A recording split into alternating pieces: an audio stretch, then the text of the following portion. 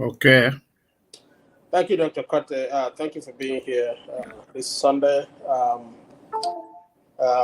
As usual, we have a number of topics we want to discuss today. Um, Again, these are topics, hot button topics in the Gambia. Most of them are widely reported. Um, in the Gambian media, and some of them are major discussions today um, as we speak.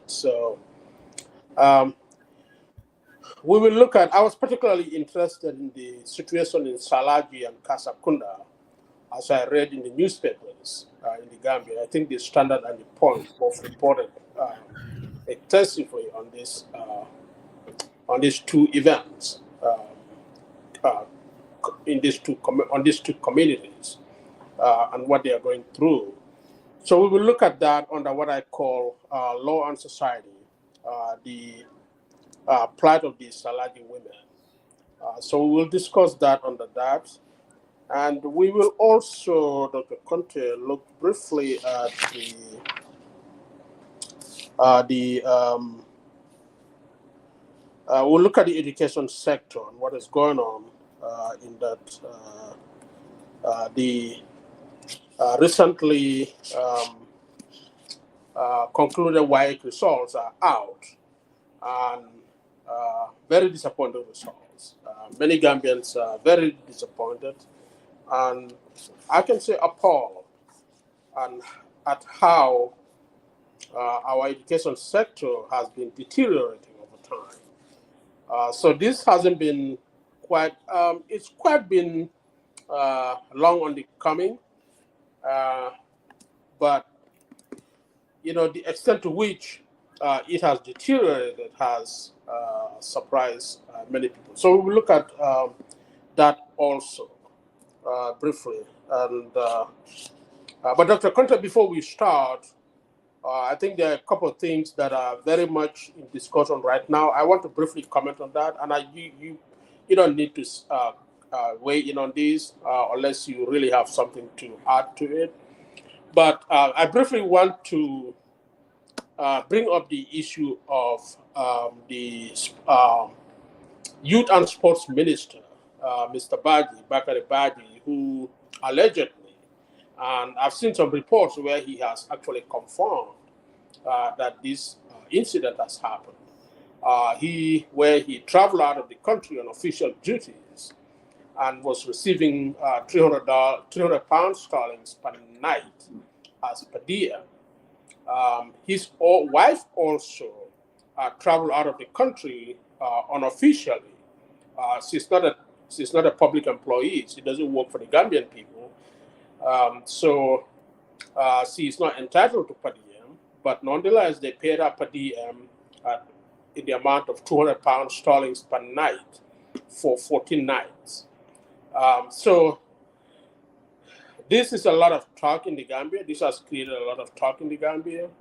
It speaks to the level of corruption, the level of lawlessness in the Gambia.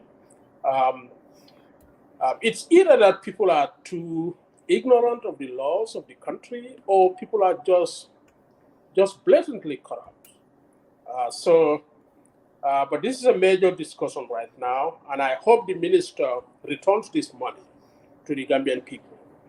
This money, on the surface of it, I'm not in Gambia and I'm not very much familiar with these laws that govern this per diem thing, but it looks on the surface of it, the minister and his wife need to return that money.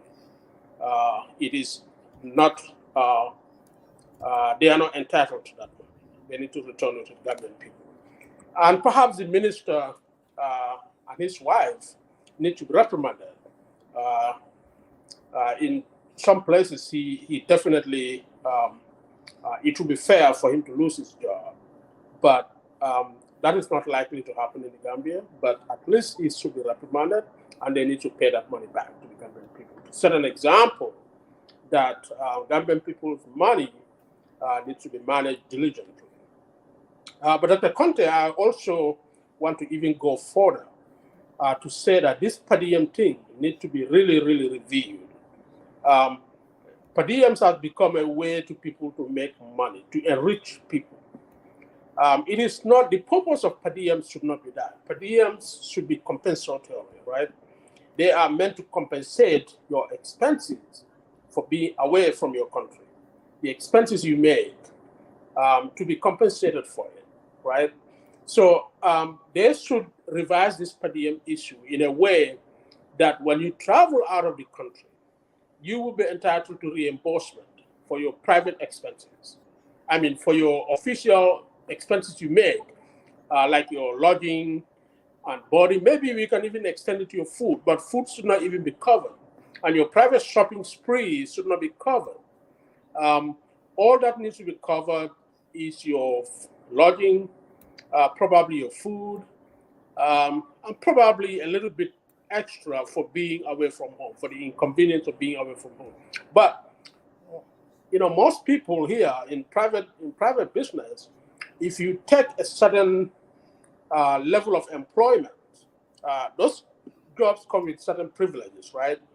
But you agree upfront that this job requires traveling, a lot of traveling. And of course, your plane fares are paid for, your hotel rooms are paid for, but you pay for your own food, you pay for your own other things, right? So we need to do that kind of stuff. And these things are not paid upfront, because the fact that in Gambia we pay you these things upfront, or whatever it is, people are able to go on, amassing this kind of money for themselves to create wealth. We need to make it a reimbursement. You travel out of the country, your flight is paid for, your hotel rooms are paid for, you pay for your own food. Maybe we can even pay for your food. But you only request a reimbursement when you return back. And the fact that it is for reimbursement will deter people from, because the initial money will come out of their pocket. And they probably will be cautious because they will have limited money to spend. So this will put a kind of a restriction on what people can do. But if you fix it to $200, $300 for officials per night, they have a motivation to stay as long as they want. And, because they're getting, large amount of money per night, in excess of $15,000 per night. When most Gambian people cannot even afford a good 3 square meals a day. That is ridiculous. And government should not be, that should not be the purpose of government. So I hope that is reviewed and we really put control over these per diem payments and stuff like that. It has motivated people to take flimsy excuses just to travel out of the country so that they are paid per diems in dollars or in pound sterlings.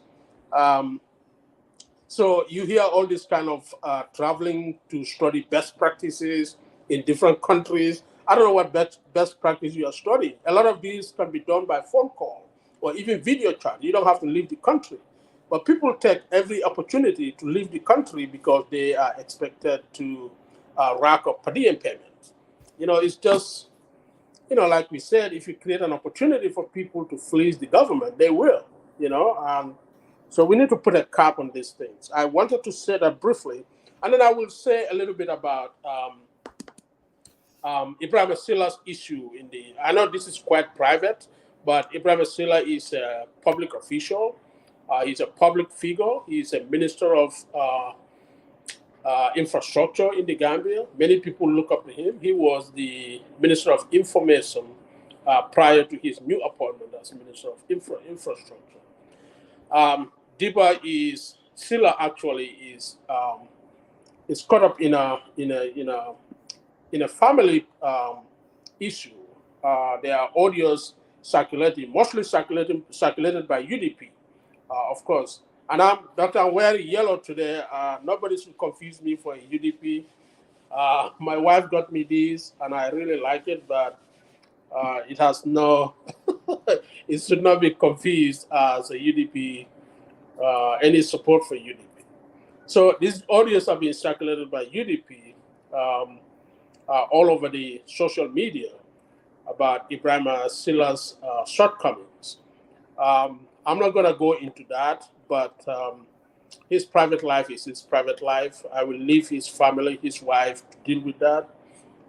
But what is revealed, Doctor, about the Gambia is that many Gambians, especially who are in high positions in government, are very much looking up to Senegal for entertainment, for clandestine activities, probably to hide their wealth and invest in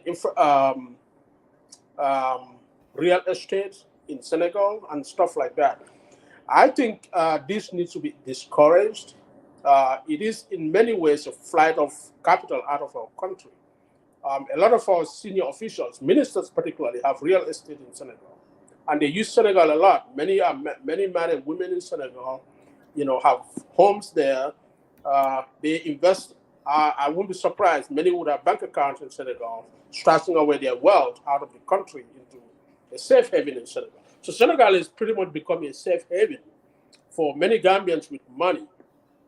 So potentially this may have economic consequences for our country. Instead of investing in our country, many are moving their money offshore to Senegal. And there's no illegality about this, but it can become a problem later on because you never know what's going on. Possibly there could be a commission of inquiries after Barrow government. So much is happening in the Gambia that will qualify for setting up a commission of inquiry and going into the assets of some of these officials. So that is the aspect I'm concerned about. So we need to be really, really careful about these things. Maybe there should be some kind of a disclosure system where people who are moving money out of the country, there should be a cap on how much you can move out of the country, and there should be a way to disclose what you are moving out of the country. Because I know in many banks in the U.S., if you withdraw in excess of $10,000 a day, it gets reported. We need to look at systems like that to keep an eye on people moving large sums of money out of our country and stash it away in an offshore account in neighboring Senegal. Senegal has become a very good safe haven for many Gambians now. So that much I wanted to bring up about this Ibrahim Silla case. I don't care too much about his private life, what is going on between his wife and his mistress or second wife in Senegal and another mistress in the Gambia. So I don't really care too much about that, but it's something that is circulating out there. Doctor, do you have anything to say about these two issues before I move on to Salaji and Kassa? Oh, yeah, I do. Thank you very, very much. In making reference to Minister Baji, I also urge him to return the money to our treasury. I'm just so shocked, that Bakari could engage in such activity. Uh, I don't understand. I don't understand it for the simple fact that Gina Bass had difficulty even getting a visa to get to the United Kingdom while the minister was there enjoying. Most of these people who get these per diems, they normally stay with friends and family. So the Gambia government should be able to pay for these folks to stay in hotels, and the hotels will be feeding them instead of giving them the money beforehand. And this is how they are able to go out there to build houses and live an extravagant life. But I'm very, very disappointed at Bakari. I never thought Bakari Baji would do something like that. I guess power actually corrupt, and it really, absolute power corrupts. So Bakari really has disappointed me. And then For most of you who work at the State House, I just want to make it clear to you, that we are not opposition. We are talking about transparency. The vice president talked about transparency and doing the right thing. So even if you support Barrow, you cannot just be a sheep to follow anything that they are doing. But was Barrow aware of Bakari's fraudulent activity? Because I call this fraud. No. There are certain things that are happening at the State House or by these ministers. The president is not aware of them. So, but then we are quick to blame the president. They did this the same thing to Sadawada. For some people were even equating Sadawada to Jesus Christ. I would name a minister, a guy, politician who passed on. And they did the same thing to Yahya Jammeh by making Yahya Jammeh God, that Yahya Jammeh could go on the ground and come out somewhere else. So now they are doing the same thing to the president, but President Barrow, just to get what they want to. Gambia, unfortunately for us in the Gambia, we are not sincere to what we are doing.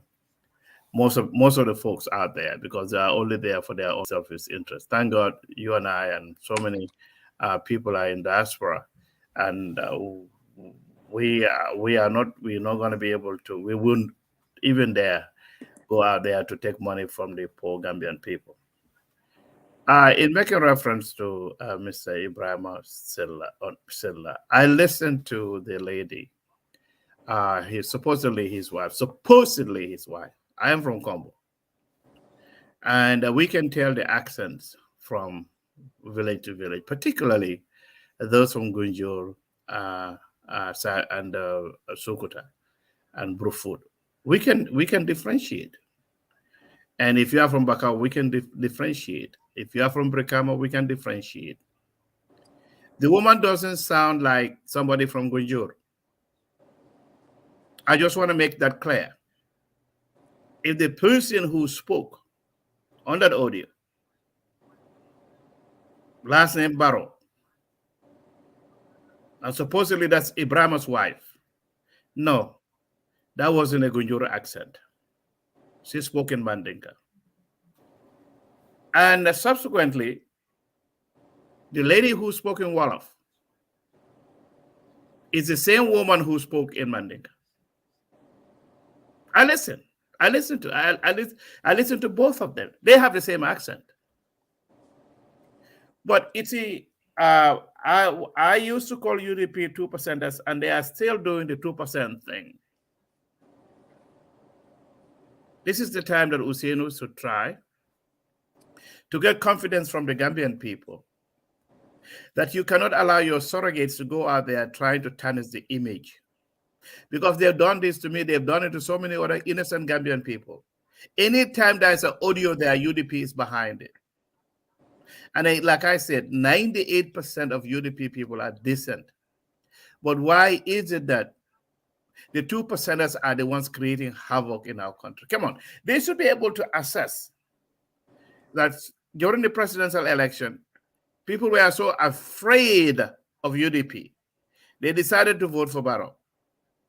But when it came to the legislative elections, NPP only won one seat in the entire combo. That should tell them a lesson. So it's time for UDP folks to let it go, man. What is this kind of intimidation? But again, also, the government should make it a point where they can prosecute anyone who has a video or audio of someone and they are passing on to one another. We have a minister of digital economy. Maybe they can do this. Maybe very soon Facebook will try to ban Gambians because they used to put people's nude pictures on Facebook. Now they can no longer do that.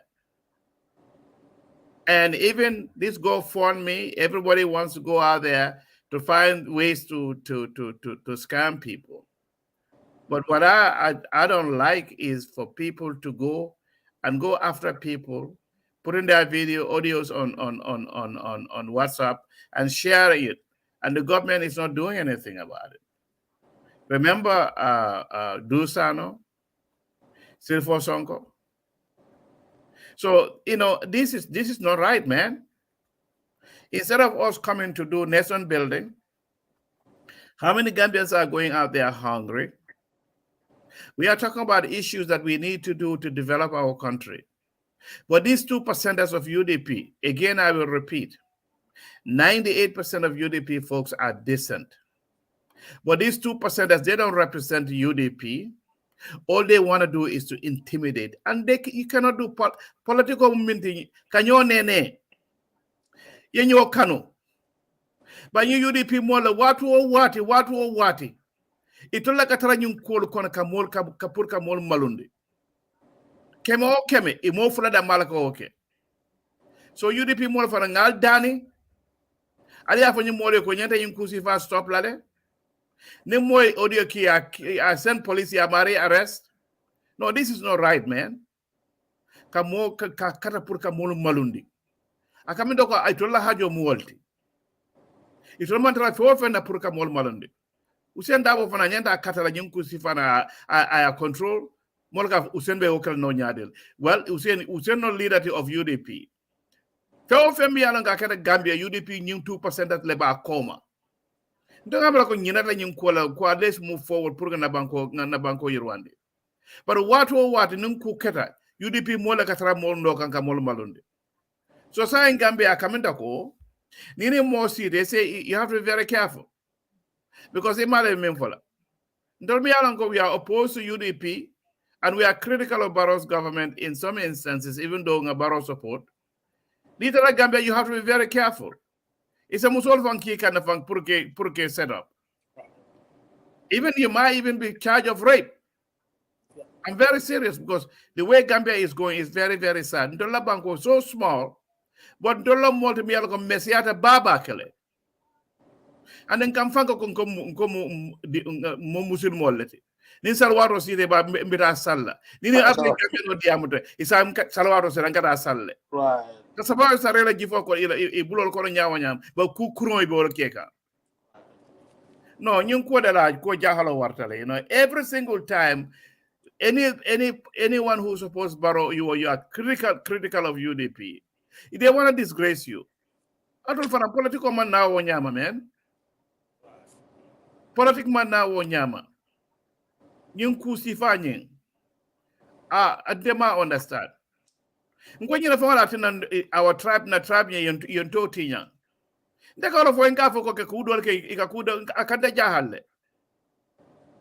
jahalle kasi kamo ka kol ke nyola kamo malundi ka kol ka kamo la futol tinya kamo set up ibe yin audio le be kila nyoy be jelale be yin kusifakala parense mem foy ko muso min dia muta niko usba ibrahima sila muso la won nsaba on wuliyalti ka ala accent amanga gunjur accent do yin muso fana min dia muta manika kawala anana dia mu wolof la billah amanga the same people the same person no the ibela accent is the same UDP more this is nonsense man. Ndongama ko nyinata nyinkusi fala ko ngakala ko teke ngo adanga kafunyo kanda banko yorwande itorobe molni okuyala to ni kuyando iti yalon ko ite imantara mansa kunda dokula fente bulu ibe sirin Gambia be molni tora kandoro. What kind of politics is this? Sometimes we have to go back and put them in their damn their right places, man. Ito ko after you want to govern the Gambia. Barika man nyami akamol silandile. Do ni election okere ko denga hana Hussein Dablo ta boyna. Because UDP nyum 2% la bati nyanga. Do fana nga Hussein Dane mo jamala bi jemine ko UDP you are decent. 98% are you are decent people. But billah la yun 2% or now may control.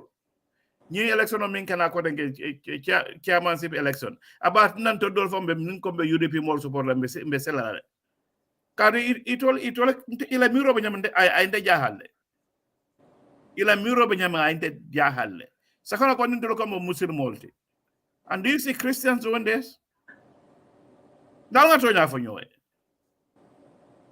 Ni salwaro si dan benga wuli nga fon kata sale. Ara jumo nana te yela haftan bal dum. Iba fala mashallah. Ina ton arani ya bi ka mola ngai bo fintin ka mol tiyan wrong. No, this is very sad. On the next one here, hopefully maybe Ning Usman Sonko becomes president of of Senegal, maybe we can do. But Gambian men, you have to be very careful, because all Senegal Muslimin they try to trap you. You married and they tell you to build a house there. Because you cannot pick the building and bring it back to Gambia. So we are so ashamed of ourselves, because I had a family member who was trying to tell me to buy a compound. When they say he got a compound in Senegal, I was shocked. How was this person able to buy? That's all they want to do. And that's why when you see them at the very end, when they retire, party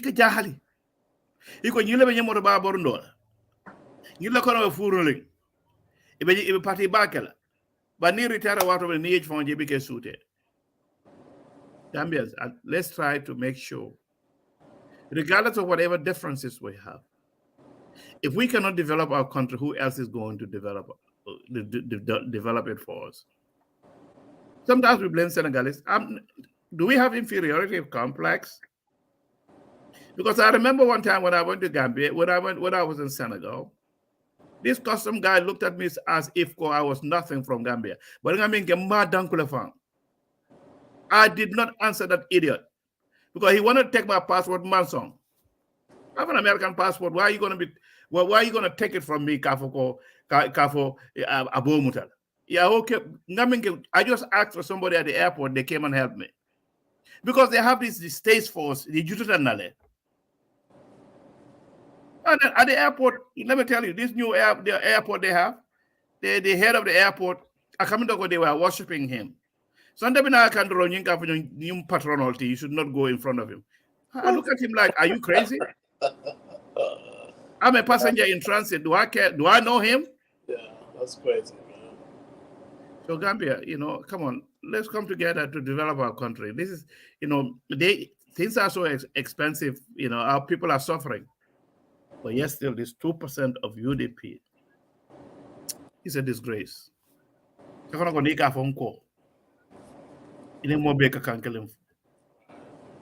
you have to love your tribe. But we have to coexist. But you don't see this in other tribes. We are the only ones doing this to each other.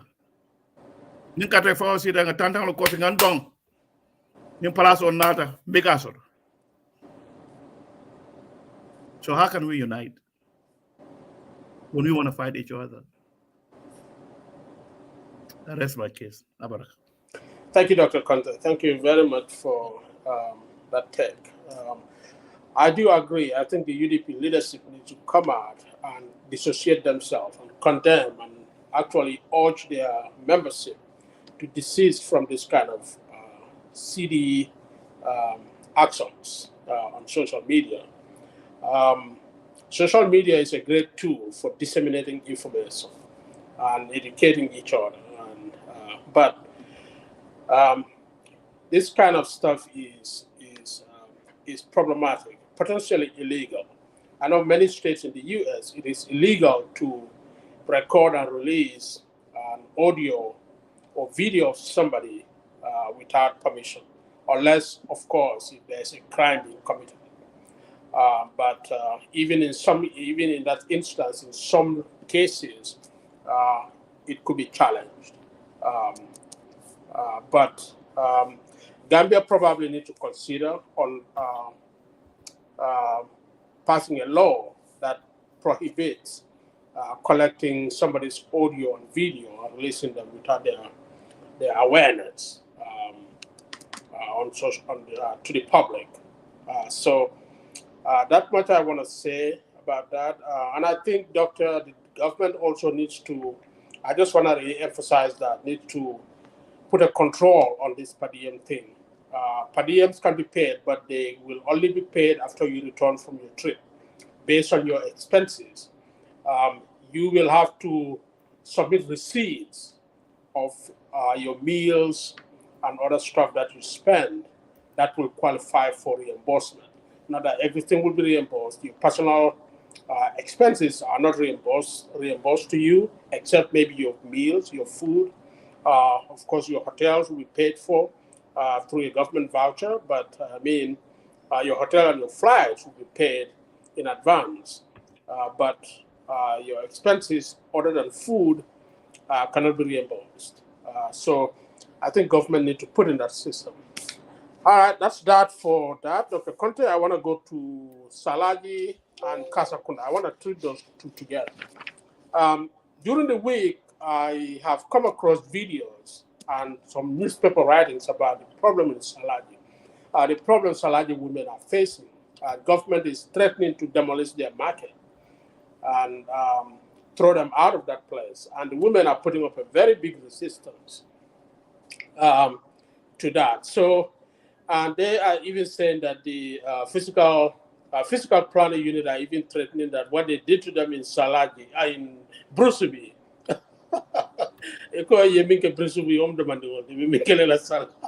So I think that is very unfortunate. You know, we need to protect these women and their industries. The role of the informal economy in the Gambia, Doctor, is very, very huge. It is even very difficult to account for it. Some people estimated it to be between 44 to 77 million. And that is something like, I think, if I got my numbers right, let me look at this here right quick.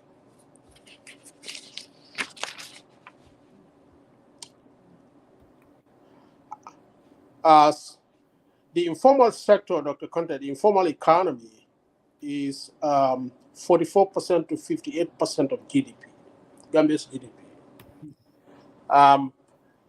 And it is reported that it contributes up to 77% of employment in the country. So the government needs to protect this sector. It should not definitely do anything that will demolish or destroy this sector. The women need to be out. You know, I urge them to negotiate with them. You know, negotiate, and even if they have to leave that place where they are, they need to negotiate and identify another comparable place where the women will agree to move to, and probably build them a decent place where they can sell their wares and contribute to the economy of the country. Because their activity provides employment and income for a large number of our people. Just briefly on that, I will also talk briefly about Kunda, what is going on there. Kunda is the outskirts of Brikama, and I think that's where the former junta vice chair, Sana Sabali, came from.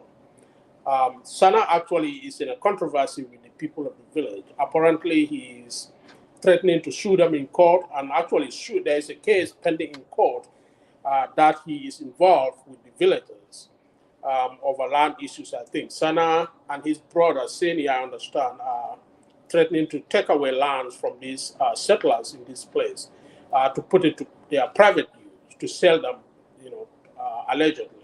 And the villagers are up in arms. They are not going to allow this over their dead body. And the matter has reached to the governor's office. So what it really, when I was looking at these things, Doctor, it just reminded me of the role of law in society. You know, there are certain things we need to protect. We have to, law in society needs to protect our collective conscience, not private consciences, right? I know we have evolved into a capitalist economy, right? And law, in many ways, protects the practices and the rules and procedures of capitalism, right? Particularly if you talk about contract law. But we need to have laws that protect our collective conscience, right? In case of Kunda, the people position needs to be considered, weighed against Sana Sabali's personal interests. And Sana is talking about people who are, he's actually trying to change the Alcala there. And he is using language that is unacceptable in the Gambia, divisive language, that these people are Jolas, you know, tending and all that crap. very disappointing. I wasn't expecting Sana, after all that he has gone through. It's been revealed in the TRRC.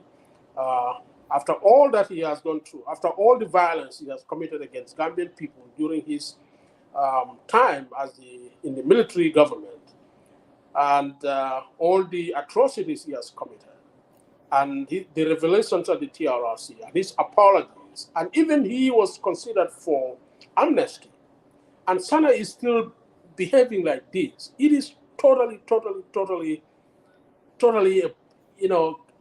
it's undescribable. I cannot even describe it. It's very disappointing. So it's very, very disappointing. So that's where I was coming from. So I hope the people in positions of power will deal with these issues very carefully. And I understand Sana is doing all this because he has connections in the governor's office. It has been said that I think the governor's brother was his friend. Sana's brother, Seni, I understand, was a friend of the governor. They hustled together in UK. They were actually roommates, I understand. So I think Sana is using those connections to threaten to oppress the people of Kassa Kunda over these land issues, and even to impose an alcalo on them that they don't want.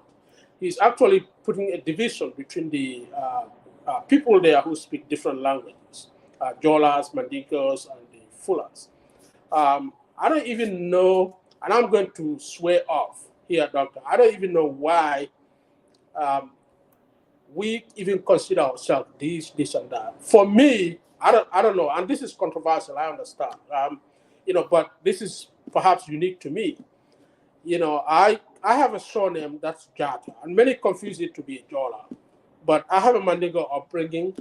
My parents speak Mandinka to me when I grew up, but I don't know, Doctor, if I am even qualified to call myself a Mandinka. I don't even know what constitutes a Mandinka other than speaking a language. Do I have a culture that is different from other people? The way I live, my lifestyle, it's not any different from my Jola or Fuller friends. So I don't really see the reason for me to call myself a Mandinka other than the fact that I speak Mandinka. Other than the fact that I grew up, my parents speaking Mandinka to me. But many people here grew up, their parents speaking English to them, and they are Black Africans. Should they call themselves English? I don't see. We need to rise above these things. I don't see myself different from anybody. We have the same. As long as we have the same lifestyles, we pursue the same interests. That's what matters. And I think part of this, Doctor, needs to go back to our school curriculum. I think our history teachers, particularly, and our history scholars need to move away from these ethnic histories. I think it's a big disservice to our country. I see all the time people talking about Manding Empire, the origins of Mandinkas, the origins of Fula. I mean, to me, this is crap. This is not what Gambia needs, okay? Gambia, teach us about our political history. Teach us about our economic history. Teach us about the history of our development. Not these ethnic histories. I don't see any value in them at all, other than to create this false sense of ethnicity that does not even exist. No wonder our schools are all failing, because we are teaching the wrong stuff. We need to teach our kids technology. We need to teach our kids mathematics and engineering, not this rubbish ethnic stuff. It's of no value at all. It's of no redeeming value. It's of no intellectual value. I don't even know. I don't know. We have a lot of problems, Doctor, that needs to be addressed. But I wanted to say that laws must be there to protect our collective conscience. We cannot allow private people like Sana to impose themselves, to use the law to impose their private agenda on a population that are helpless. The laws must protect them, frankly speaking. Laws, I'm still talking about law and society. The role of law in society should, foster social cohesion, not divisions among us. It should foster social solidarity. And this is what I want to see our use of law in the Gambia to be directed at. I know many scholars have talked about these things, but in the Gambia, what I see is that laws are used to oppress the powerless. And this is what we are seeing in Salaji. This is what we are seeing in Kunda. It needs to stop. Laws, in many ways in the Gambia, is an instrument for subjugation. Laws are used in the Gambia to subjugate the population, to oppress the people. It needs to stop. We cannot go back to Jammeh's time, where we have a charismatic leader and his utterances and his actions are the law. Everybody disregards the actual law books. What becomes functional law is what Jammeh says and what Jammeh does. We cannot go back to that. We have to have law work in our country for the interest of the public. And this is what I want to say about this issue, Doctor. And I hope people who are concerned, who have actual power to deal with this issue. I know the Deputy Governor of West Coast Region is saying that he has to wait for his boss. The governor was out of the country, and they are waiting for him to come back so he can actually deal with this issue.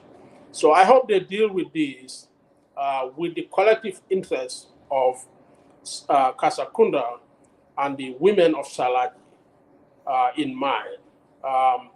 Again, I stand with the women of Salaji. Their market should not be demolished, and they should not be thrown out. If they have to move from that place, governments should negotiate with them and find a comparable place where they can set up and continue to do their business. We're not doing them a favor. They are involved in an activity that is of enormous importance to our economy. It contributes 44 to 58% of our GDP. And it is a major contributor to employment in the country. I hope this makes some difference. Doctor, do you have anything to say on this issue? Oh, yes, I do. And I am so disappointed that Sana, by the way, Seni was the one appointed as Alcalo. The name Kassa, meaning Kassa Jora. I don't want to sound indifferent. Minan na sana ba folo ko nyina mulun downolti. Ada fam fama bota mun dole. Ala nga tonya fa nyoy de. Sana nyina dal de. Sana fama bota mun dole. Jola be sirin jele biri mol mo lef kata odlato.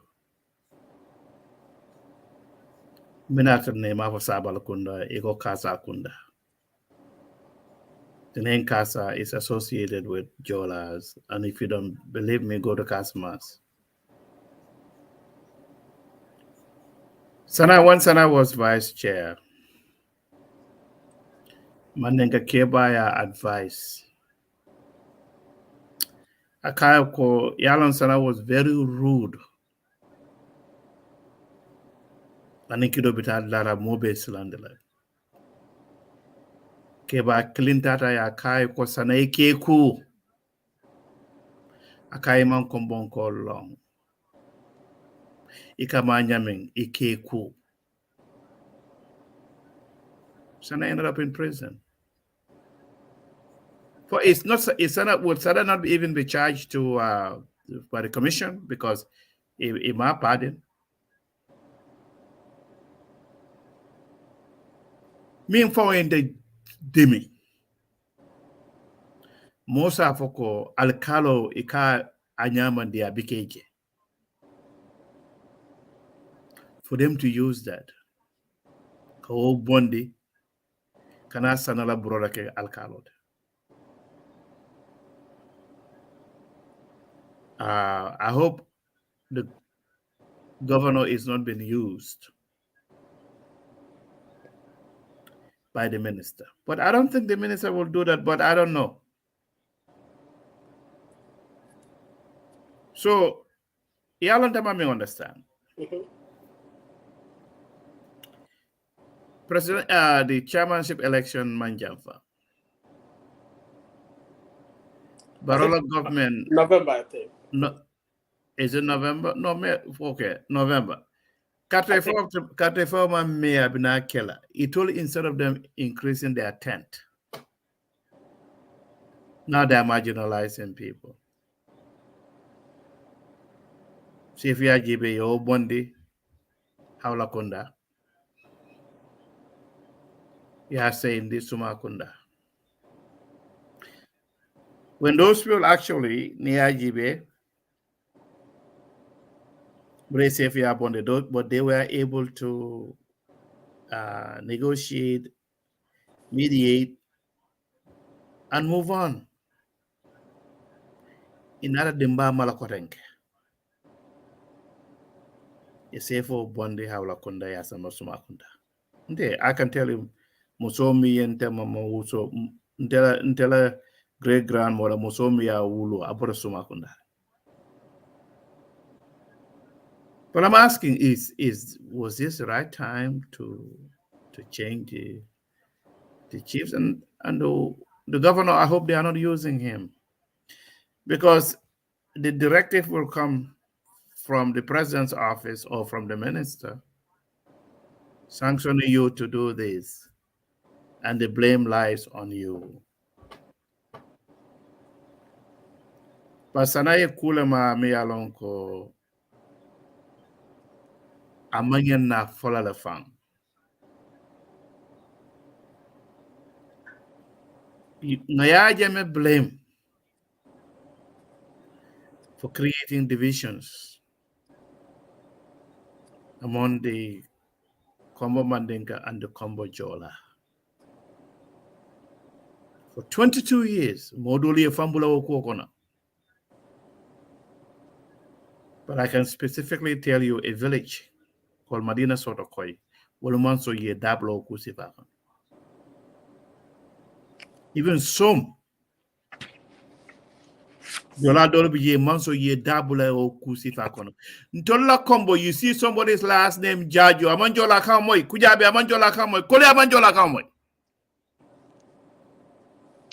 Yeah, Jamea Tina, Odo Dulkmul Trunendi, but those people now have begun to find themselves.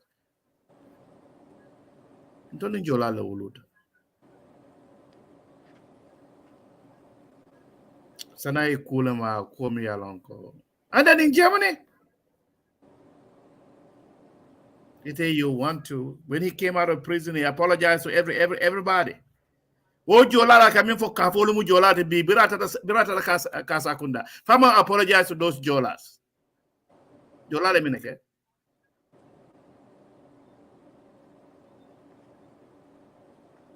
But Sanafana Yanatalde. I don't know whether it was inappropriate, but Sana Yanatalde. If I found a Natalde. If I'm a Natale. Do Jola la Yetarajele. I hope the governor is not making a mistake to be used. And I am very happy. The deputy governor Suso, I think he's very, very well mannered. I listened to his speech. He's very, very, very diplomatic. He's very cautious in the way he dealt with this issue. But look at what he went through on the air, Jamme. So sometimes you learn from the mistakes and grow. It's a bit Germany nonsense. Sanay mo jamal ne tora keba do jelle malundi. Kamol neng. But kido filed labet. Kamol Bute. Kamol Bute, and he went to prison.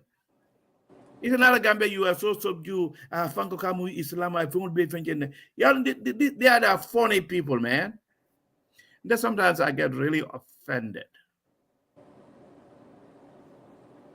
when innocent Jolas are attacked because of Jemme. Jemme is gone. But Kafo Dunu Jolalet. So what? Are they not human?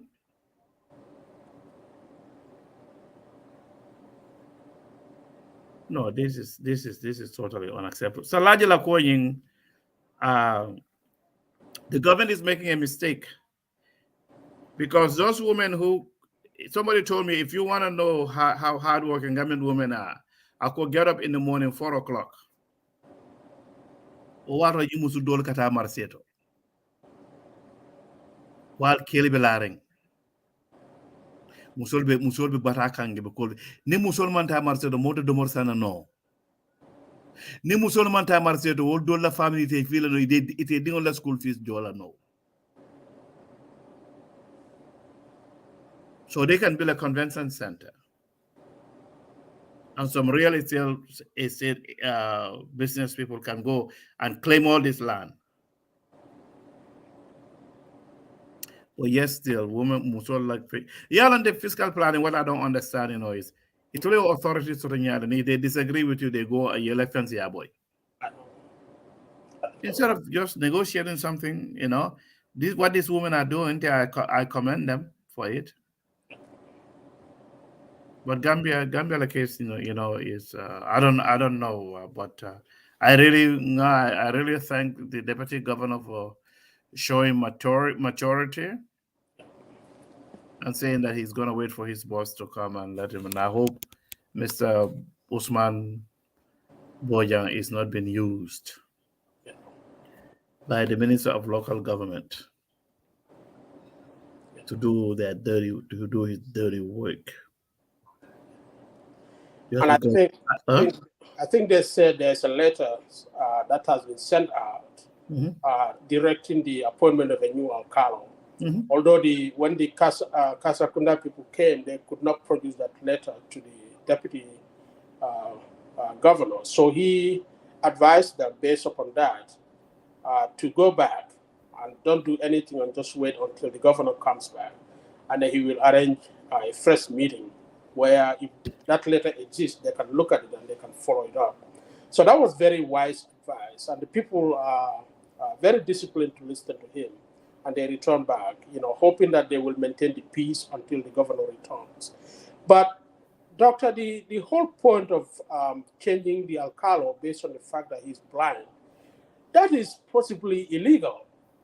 We are talking about laws. We are talking about a national culture where we protect the handicapped. This is a major discussion in the Gambia. In the political campaign, everybody was talking about this. So we can deny somebody employment simply because they're handicapped. And even though that condition of their being handicapped is not preventing them from doing their job as an alcalde, that is totally illegal. That is shameful. We cannot do that. We have to protect our handicap, our weak in our society. We cannot deny them employment based on their physical condition when they have the mental faculty, to perform what they are supposed to do. And I think if the local government minister has written that letter, it needs to be retracted. We cannot allow that to be seen. And we have to, again, reiterate, commend the deputy governor for the position he took. I think he was very disciplined, he was very matured and very diplomatic. He dealt with a potentially very explosive situation in a very, very matured way to calm the tensions. Doctor, that's all I have to say about this issue. I want us to briefly look at our education. I sent you a spreadsheet that kind of breaks down a little bit about the WAEC results, what we call West African Senior Secondary Certificate exam results in the Gambia. Very disappointing, Doctor. If you look at the passes, and I tried to break this down on the spreadsheet. If you look at the top part, actually, my cutoff mark was people who passed with 6 credits. Back in our days, 6 credit passes was the baseline, right? People take up to minimum of 6. I think minimum of 6 subjects. Most people do 7, 8 wasn't uncommon also. But 6 passes was basically the basis, right? Now in this WASSCE exam, the number of students who pass with 6 credits, 6 passes actually, is only 10%. The vast majority of the students, 90%, fell below that. So we can call it a 90% failure. And reports have been made about other countries like Nigeria where something like 80% passes were recorded. So Gambia's education system is in total shambles. And I think some people at the Ministry of Education need to go home and look for another job. I don't know the solutions to Gambia's education problems, Doctor. It is very many and very varied also. It is the problems are many and different, right? Starting from the quality of teachers we produce, starting from it may partly be the kind of education we give to our teachers, but also the economic condition of our teachers. Many Gambian teachers are really, really struggling. They are not well paid. Their condition may be only slightly better than police officers in the Gambia. So this has, over the years, this has affected the input that many teachers are able to do. Many teachers ended up working different shifts in different schools to be able to make enough to barely get along in Gambia's difficult economic environment. When you are forced to do this, your output, what you put in each individual student, is remarkably dropped. You don't operate at any efficiency at all. You become just like a hustler. And this is part of the problem. This is not the only problem. This is just part of the problem. I used to teach high school in the Gambia. And even that time, I want to believe it was far much better. I taught in a private school. I didn't teach in a government school. So my condition arguably might be a lot better than many, teachers in government schools. So the economic condition of teachers is one aspect. But also our curriculum. I talked about the problems about how we teach history and the kind of wrong things we focus on, rather than what is relevant to our intellectual upliftment. But these problems are many, exist in other subjects also, right? And also, I think some of the problems goes back to the parenting, goes back to our homes. But also, there might be a problem about the students' own expectations of their lives. What am I doing in school if there's no hope of me getting a job in the Gambia? There are no private jobs in the Gambia. Government jobs are filled up. Government can hardly employ anybody now because everybody, once you are educated, all you can do is look for a government job. Gambian educated people, very few of them have entrepreneurial skills. They don't even think about creating their own startup.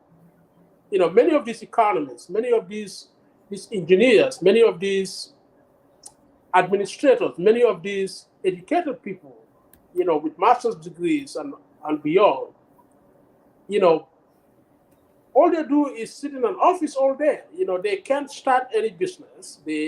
And these private businesses, private companies are what are going to solve the Gambia's economic problem eventually. These are where the bulk of our employment needs to come from. And that is why the role of these women they are attacking every day is important. These are the women who create employment for their family members. They create income to take care of their families, right? So the problems are many, many, many, really. I have to admit, I don't have any solutions for the Gambia's educational problems with education. Just like I don't have any real solution for Gambia's general economic problems. We can only open up a discussion about these things. But the results are very, very disappointing, Doctor. And what is even disappointing, too, is that it looks to me, if I look at the numbers, not all the numbers are reported. Because they said there's a discrepancy of 5,361 students, about 34% of the total number of students who took the exams are not even classified on the report that was given. I took that table. I copied that table from one of the newspapers. I think is the Point or the Standard. Those are the two main newspapers I read a lot. I look at Foria also, but that table came from one of those two newspapers. But there's a discrepancy of the number of students that actually took the exam. And they said the numbers they gave, about 15,600 and something, is actually less. It's actually less than the total number of students who took the exam. I put the numbers on the spreadsheet, but there's a discrepancy of some 34% of the reported number of students who actually took the exam. So I don't know what's going on. Maybe somebody has to get the official. It could be the error of the newspaper itself, but maybe somebody has to look at the official documents from the Ministry of. And the ministry tried to justify this. I had the permanent secretary trying to make a lipstick on this to make it look good, but I mean, partly blaming COVID-19 and all that stuff, and saying that in previous years the number of students who were failing is more than what they have now. The number of failures have been improving over the past few years. But I mean, we can talk about the number of failures, but you know, I mean, the number of failures at the very bottom, the ones who pass no subject at all, you know, has been. But based on the numbers I put on the spreadsheet, Doctor, I don't know if you have the spreadsheet, but some 34% have no passes at all because they are completely left out of the report. So that is not a small number, and some 90%, you know, had passes below six subjects. I mean, this is totally disgraceful. I don't know, but I mean, education. We have to be fair to the Ministry of Education. They are the only ministry that is put through this kind of evaluation, right? Because the kids actually have to take an exam to demonstrate their skills, what they have learned in school for the past years as they transition from the school system into society. No other ministry in the country is evaluated that way. I'm sure if all of them are evaluated in a similar way, they will all fail, probably worse than the Ministry of Education, right? We don't evaluate none of the ministries, not Ministry of Agriculture, not Ministry of Finance, not Ministry of Foreign Affairs. We don't evaluate. We have no way.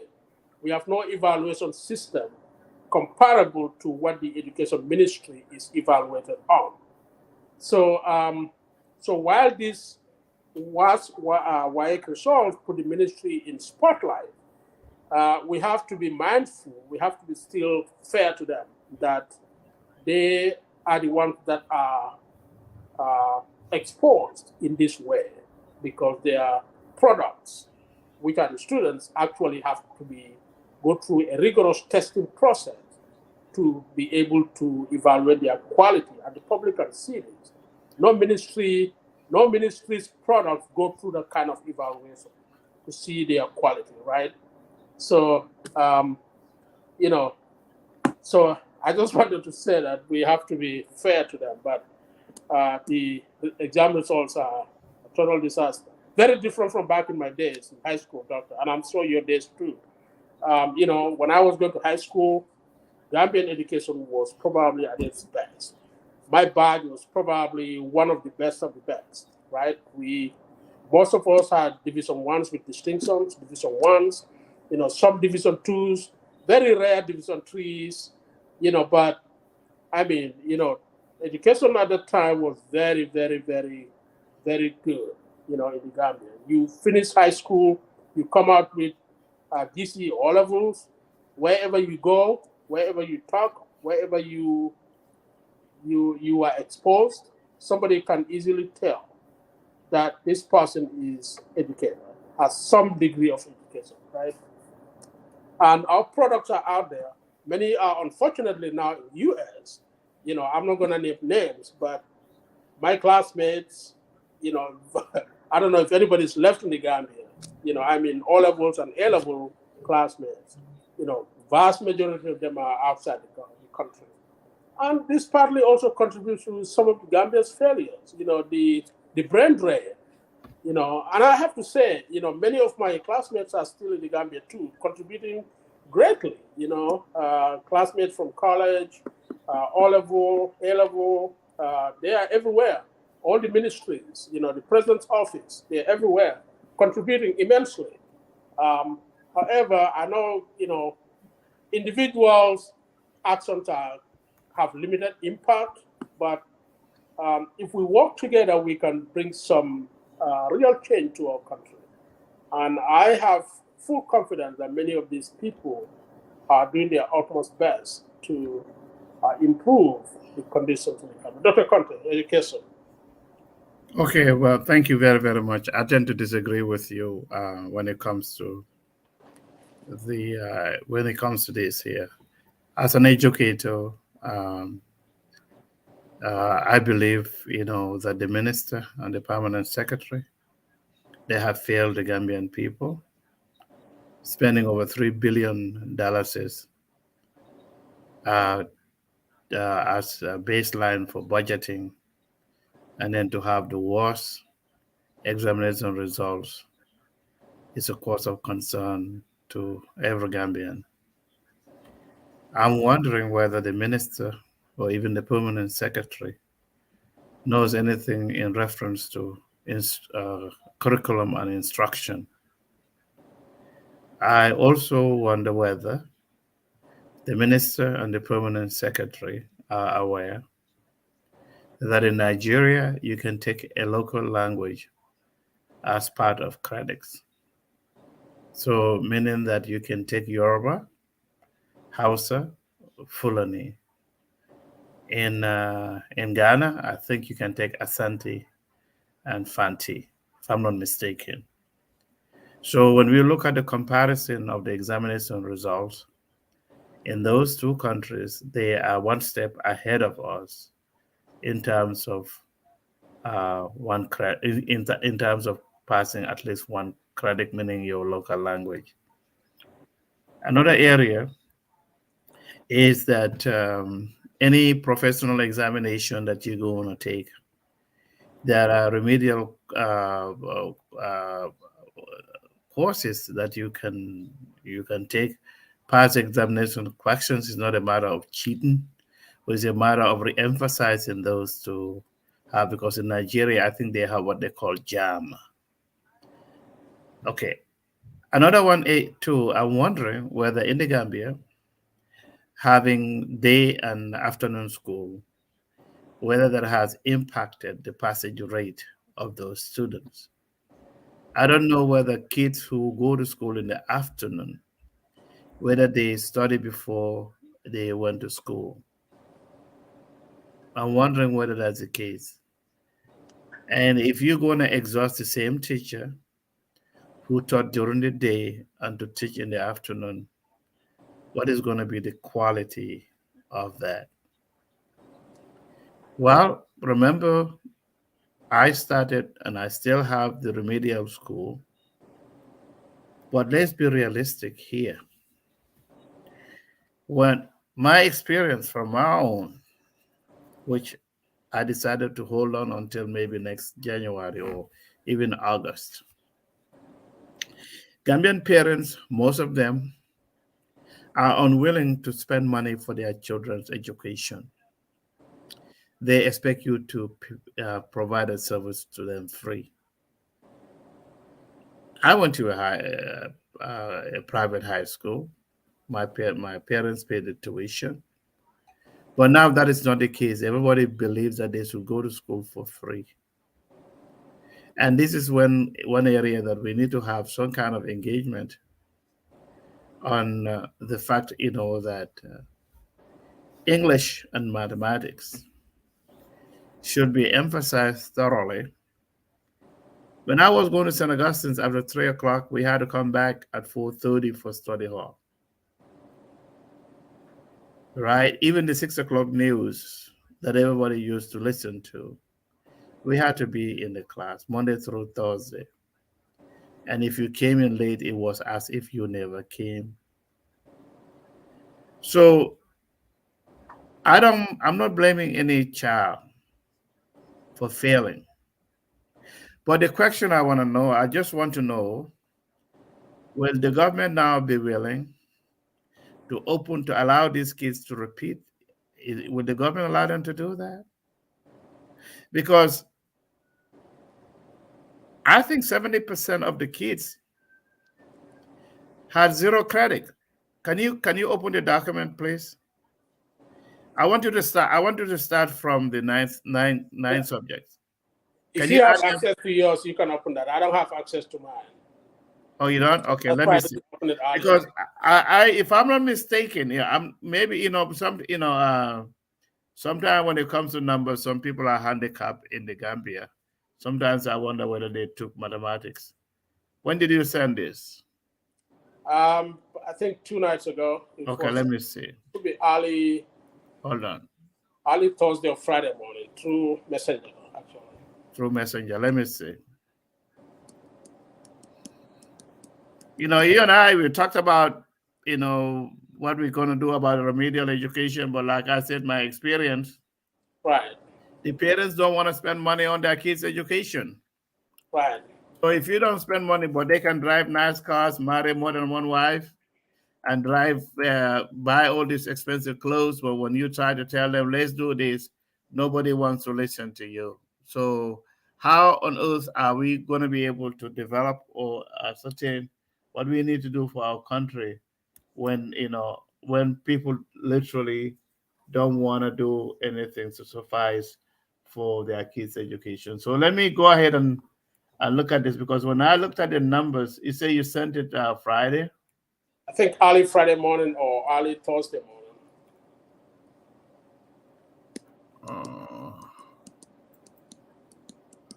Hold on. You scroll up on your messages, you'll see it. I'm looking at it. Yeah. But actually, I also posted the stuff on Facebook anyway. You did? Okay. Yeah, hold on. I did post it on Facebook, and I think it's actually was in Standard, right? You got it from Standard, right? Yeah, I think so. Either Standard or The Point, one of them. Well, the point, they don't have good picture on anything, Yeah.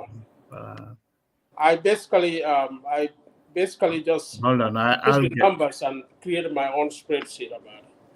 Okay, let me see. I couldn't find it. Sorry that I'm not able to see it. Let me look at the WAEC. Now, this time around, I don't think anyone should blame a child. I'm an educator. Uh, Sometimes I I look at the bell curve for my class, and I tend to say that if 25% of my students have A, I'm all right. But if I go over 25%, something wrong, you know. So I assess myself on that. So the whole idea here is that I, I'm still looking. I don't want to take much of your time, but hold on. I put it here. And when I added the numbers, if I'm not mistaken, at least 60-something% of the kids fail. Let me see. So this is sad, and for the minister and the permanent secretary to go to work on Monday, it's a shame. And we don't want to try to look at this as to say, oh, we need to have a Christian, there. No, let's just, there we go. I have it here. So let's find the most competent person. And that was the table here. The table is here. Just one, I'm almost there. There we go. So can you use your calculator, please? I'm going to give you the number. I want you to add them up. Okay, go ahead. If you don't mind. 1.31 plus 2.19 plus 2.77 plus 3.56 plus 4.42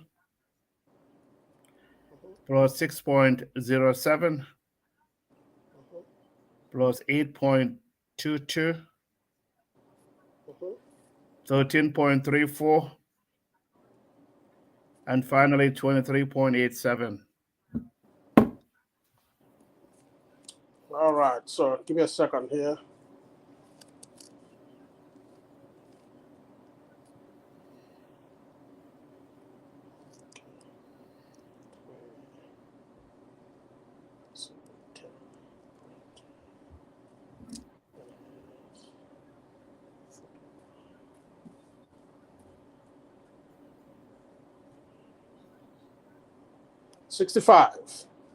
Roughly 65.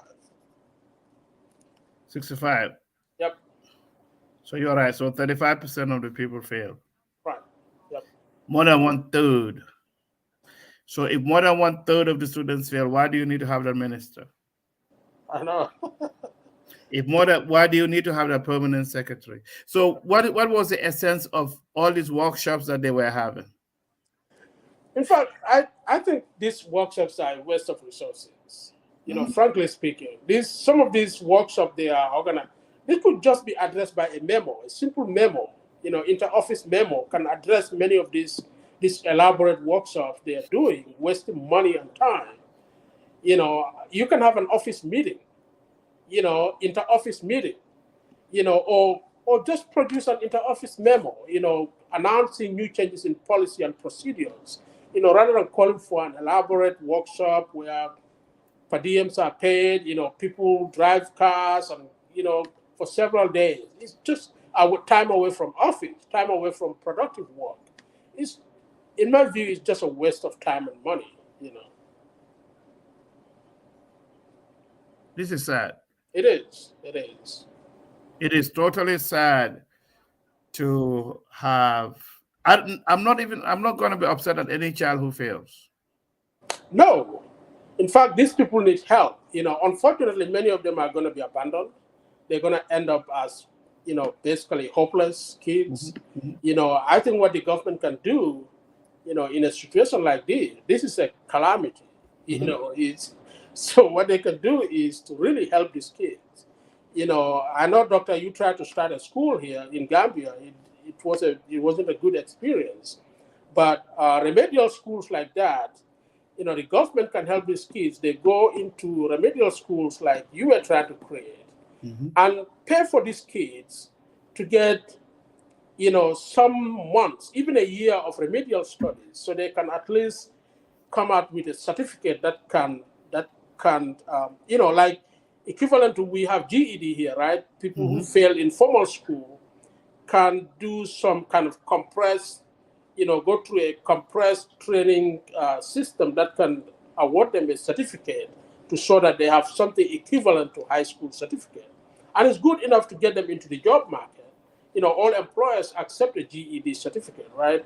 So the government can do something like that, through remedial schools that, like the one you were trying to create in the country. But unfortunately, I don't know. If I tell you, I'm not going to say her name, but there is a prominent Republican who I know personally, Mhm. and he was a Sierra Leonean guy who encouraged her to go get her GED at a community college. And she got her GED, got her associate degree in fashion merchandising. There you go. She's actually on Facebook. There you go. Okay. She went to Ronald College, got her bachelor's degree in psychology. She went to UNC Chapel Hill, got her master's and PhD. Went to Princeton University, got her law degree, and First, I she salute became you. a full professor at Vanderbilt University. She's a staunch Republican. She lives in Nashville, Tennessee. But I know her personally. She took us to her family house in Bedford, Virginia. They had a back house.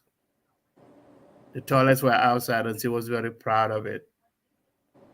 So this is the time that the borough administration should begin to do something in engaging these kids. Now, this is about collective engagement to the child to say there should be any, there shouldn't be any way of saying no, we cannot get these kids back in school.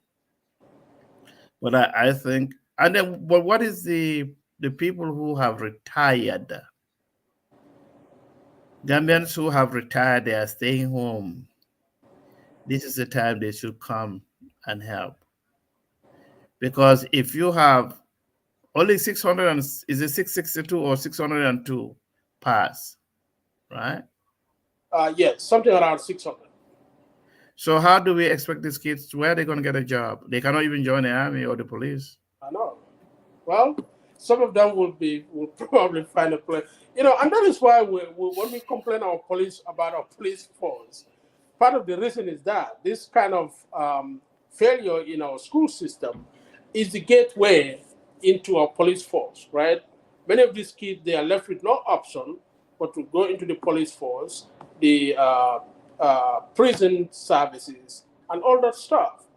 And with that poor background in education and empowerment, these people are vulnerable to a lot of manipulation when they, by the government, and they can really be tools to be used by government. If you look at our, if you look at our paramilitary, for example, many of these people, I mean, you can assign them to do anything, anything. The worst thing you can think of in this war, you can ask them to do it, and they take it as executive order. It has to be carried out. So it's just unfortunate. And these things become a vicious cycle. We have a loophole where these bad things keeps happening and affecting everything else that we do in our country. So it's just unfortunate, doctor. That's all I have today. Okay, go ahead. That's it. Are you done? We shut it down. Oh yeah, we can sort it out now. But again, like I said, this is a collective effort to talk about anything of essentials, and we are here to Yeah, have definitely. divergent views. Definitely. Just because you support President Barrow doesn't mean that you have to support everything that he says. And I hope the Barrow administration of Barrow would relieve the Minister of Basic and Secondary Education, and also the permanent secretary, transfer him somewhere else, because in my view they have not delivered. I'm an educator, and if you have a high failure rate, you need to do something about it, because I don't know whether these people are aware of curriculum and instruction. So maybe next year, the WAEC examination, the minister should be able to engage the new minister, because I don't think Claudiana Cole is fit to be the minister, because she has presided over the worst examination results in our country's history. Thank you, Doctor. Again, thank you very much for everybody who listening. We'll be back again next Sunday with more issues to discuss and put on the spotlight. Thank you again, Doctor. We'll meet again. Take care, you too. You be good. Thanks. Bye-bye.